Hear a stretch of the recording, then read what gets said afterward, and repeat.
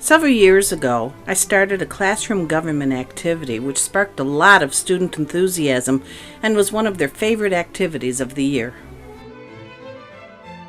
When I first ran, I thought that I would end up getting Speaker of the House or something, but I really wanted to be president, and I got the most votes, so I became president. I really enjoyed being president because it made me feel like I have an important job in the classroom. Elections occur in September and January. The first term election in September is run differently than the second term election in January. In the first term election, the student who gets the most votes gets to choose their office.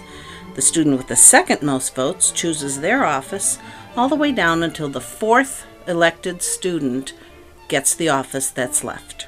The reason for doing it this way is because the students don't yet understand what the responsibilities of the officers are. This method helps to ensure that the students with natural leadership skills will be elected, which is necessary for successful legislative meetings.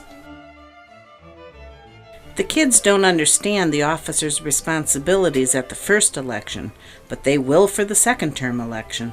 In the second term elections in January, students understand the responsibilities and can run for a specific office. Candidates are not allowed to run for an office that they currently hold. This forces the students to get a view of a different part of the legislative process.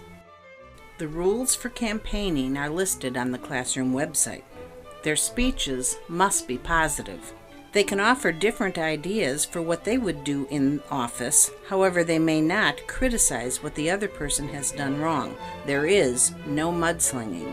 This gives the kids great practice with speech writing and speaking skills. Candidates are allowed to hang one poster in the classroom for 5 days before the election. Students are not allowed to hand out gifts in an attempt to buy their votes. After the 4 officers are elected, the rest of the student body is assigned to their legislative branch.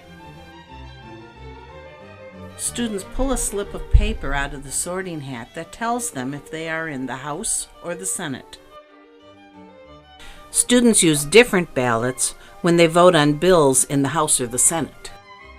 The House and the Senate each have their own ballots.